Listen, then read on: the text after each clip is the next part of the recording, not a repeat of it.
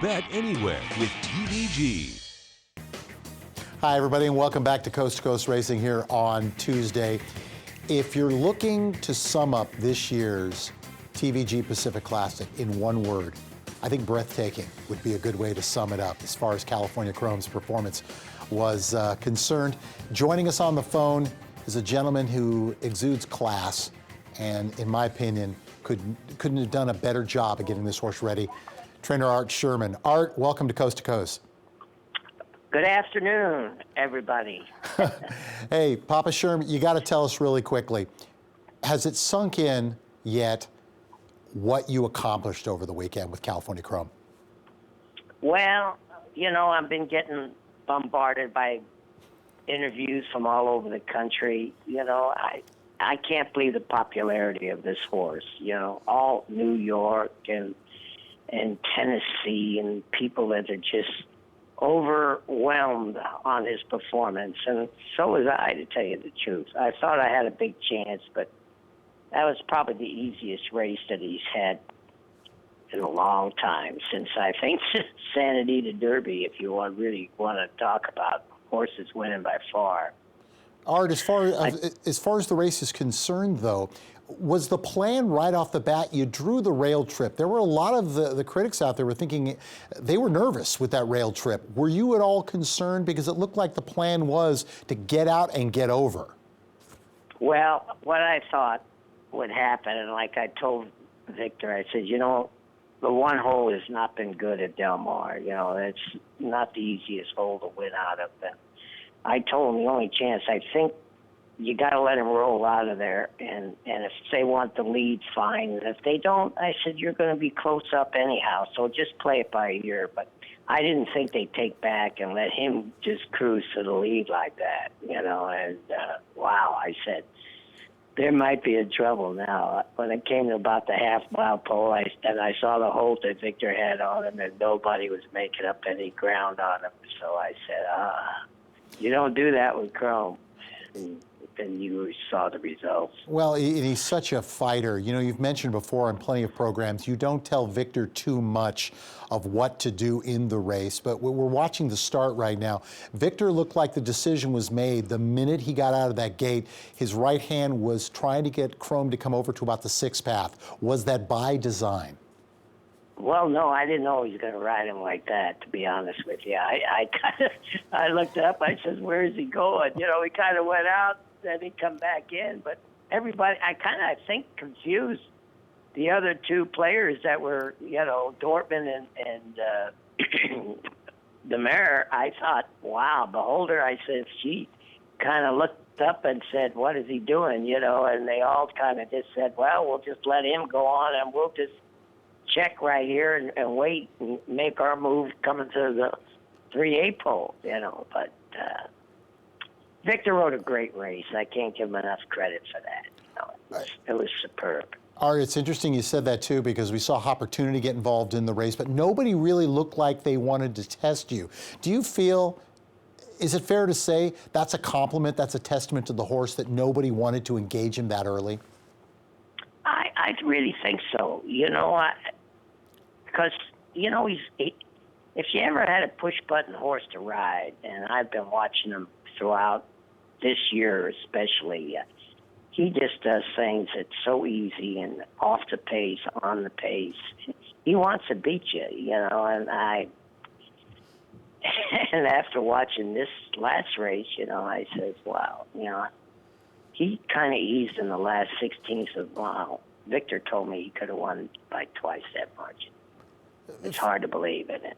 Absolutely, as we're watching him down the stretch. And I think effortlessly would be a good way of putting it. I don't think he hit the horse. Am I correct in assuming that? Yeah, no, he never cocked his stick. Yeah, he pretty much did it all on his own. You, as the trainer, you obviously, the credit goes to you and obviously your son, Alan, and obviously Dehaji Gladney for doing what he does in the morning. How much of a boon is it to have that team with you on a day-to-day basis? Oh, I couldn't do it without them. You know, my son and Dehaji and them, you know, they got my back. And I have to run the horses at Del Mar, and he was up at Los Alamitos, you know, training, and I went up to watch him work. But without them day to day, they went back and was back in Dubai for 2.5 months. That's dedication, to be away from their families and everything, and I can't say much about our team. Our team is just great. Raul, the groom, he does such a wonderful job with that horse. Hey, Art, And he was the one that kept telling me, Peter, he says, Boss Patron, we win easy. And I said, what are you talking about? And he says, no, Patron, he went easy. And I said, you got to be kidding me. I said, this is a tough race. I said, on paper, you look at it, you say, well, I don't know about it winning easy. I just wish I could win it. But I don't know. He had such confidence in the horse. It was unbelievable. Well, Art, they always say if you really want to know how a horse is doing, go right to the groom. They know it. They're there 7 days a week. But let's talk about Dubai. What an amazing performance. If somebody thought that what we saw in the TVG Pacific Classic was phenomenal, the overgirth, in the private area down the lane, but it seemed like Chrome didn't care. That was a huge, huge performance halfway around the world. People over the years have always felt and been of the opinion that once a horse gives a performance like that at Dubai, sometimes they're just not the same horse. What went into getting Chrome from the Dubai World Cup into what we're seeing now back in the States? Well, the main thing, I think, is just kicking him out after that for 30 days. And that's what he had, 30 days of R&R, nice big paddock, and he could act like a horse. He was playing and, putting back on the weight because, you lose so much weight traveling. And the horse did. He came in about 50 pounds overweight. I always kid him. We had him down in his fighting weight now. But he just loves to be freshened up after he runs in them foreign places. It's you don't have the dehydration of flying and get liters of fluid into him. People don't realize how hard that is on a horse to travel that far. Well, you've mentioned already that you've heard a lot of accolades, a lot of well-wishing from people around the country. The next thing that comes in mind, the eye on the prize, the Breeders' Cup, the plans coming into it. Are you staying in the States? One would think you're probably getting a lot of offered from a lot of other countries. I would think Japan would come to mind. Japan made a big move on, I know, to Perry Martin, and,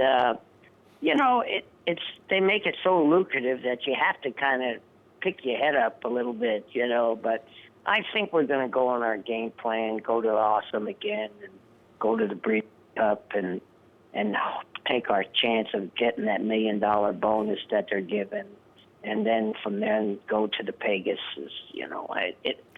That seems like our best than having to travel all that distance, and it's hard on a horse to be able to close out his career and have to travel that far. One would think Chrome has done everything.